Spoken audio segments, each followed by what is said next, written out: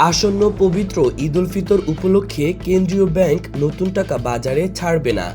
ইতোমধ্যে এই সিদ্ধান্ত ব্যাংকগুলোর কাছে আনুষ্ঠানিকভাবে জানিয়ে দেওয়া হয়েছে। সাধারণত ঈদের আগে বাজারে নতুন নোট ছাড়া হলেও এবার সেই প্রথা ব্যতিক্রম হচ্ছে। প্রথমে ঘোষণা দেওয়া হয়েছিল যে ১৯ মার্চ থেকে বঙ্গবন্ধু শেখ মুজিবুর রহমানের প্রতিকৃতি সহ ৫, ২০ ও ৫০ টাকার নতুন নোট বাজারে ছাড়া হবে। তবে সাম্প্রতিক সিদ্ধান্ত অনুযায়ী এই নতুন নোট ঈদের আগে নয় বরং এপ্রিল-মে মাসে বাজারে আসবে। তবে নতুন নোটে বঙ্গবন্ধুর ছবি থাকবে না। ইতোমধ্যে এই নতুন নোটের ডিজাইন চূড়ান্ত করা হয়েছে এবং শীঘ্রই তা প্রকাশ করা হবে।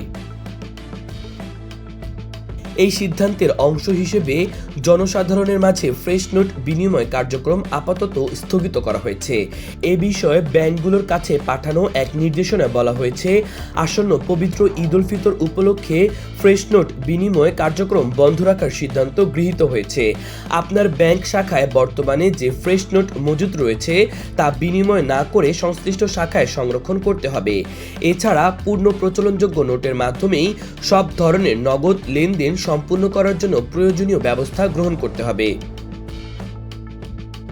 এই সিদ্ধান্তের ফলে ঈদ উল ফিতরের আগে নতুন নোট বাজারে না এলেও পরবর্তীতে নতুন নোট চালু হলে তা সাধারণ মানুষের জন্য সহজলভ্য হবে। কেন্দ্রীয় ব্যাংকের এই পদক্ষেপ ব্যাংকিং খাতে স্থিতিশীলতা বজায় রাখার পাশাপাশি নোট সরবরাহ ব্যবস্থাকে আরও সুসংগঠিত করতে সহায়তা করবে।